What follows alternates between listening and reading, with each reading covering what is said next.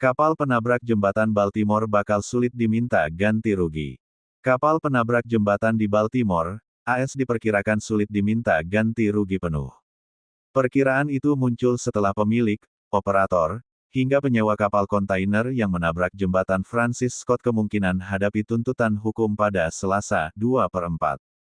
Kesulitan klaim ganti rugi diakibatkan Undang-Undang AS yang berkaitan dengan navigasi dan pelayaran di perairan terbuka yang dibuat melalui keputusan pengadilan dan tindakan Kongres.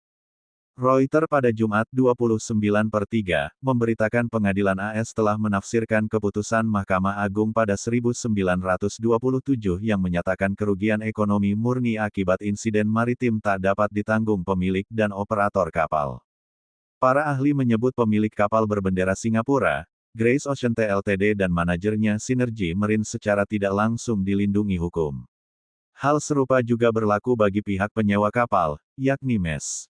Martin Davis selaku Direktur Pusat Hukum Maritim di Fakultas Hukum Universitas Tulane berpendapat peraturan tersebut membuat kerugian ekonomi dan bisnis yang bergantung pada jembatan itu tak akan dapat dipulihkan melalui tuntutan hukum.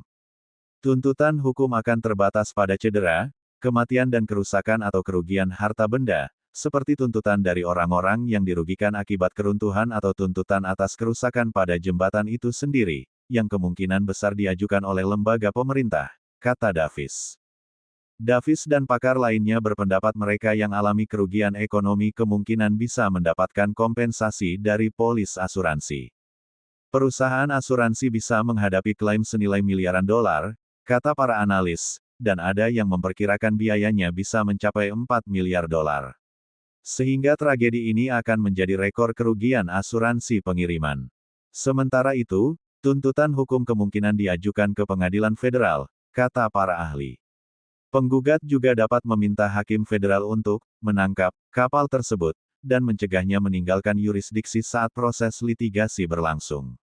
Sebelumnya, kapal kargo Singapura bernama Dali menabrak tiang yang menyebabkan jembatan runtuh. Tabrakan terjadi pada Selasa, 26/3, dini hari sekitar pukul 1 waktu setempat.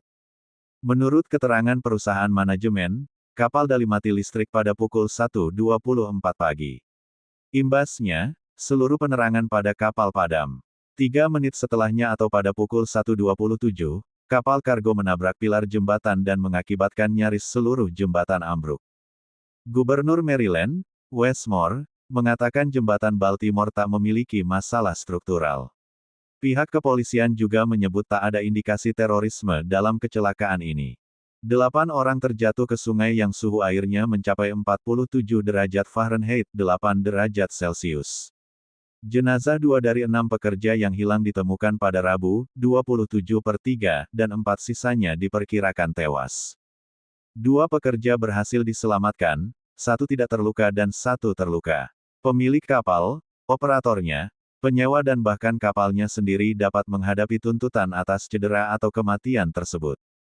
Berdasarkan hukum maritim, korban dapat menuntut kapalnya tersebut, berbeda dengan undang-undang yang berkaitan dengan kecelakaan mobil, dan menjualnya untuk memenuhi penilaian mereka, kata Robert Anderson, seorang profesor di Fakultas Hukum Universitas Arkansas. Namun, Anderson dan Charles Simmons Jr. selaku pengacara penggugat Baltimore, menilai Undang-Undang tahun 1851 membatasi tanggung jawab pemilik kapal. Mereka memperkirakan pemilik kapal bakal mengajukan petisi ke pengadilan federal untuk pembatasan tanggung jawab. Sehingga, pemilik kapal kemungkinan besar akan bergantung pada asuransi pertanggungjawaban untuk membayar segala kerusakan. Satu-satunya hal yang bisa membuat pemilik dan operator kapal kehilangan hak pembatasan tanggung jawab adalah jika ditemukan bukti mereka bersalah atas kecelakaan tersebut.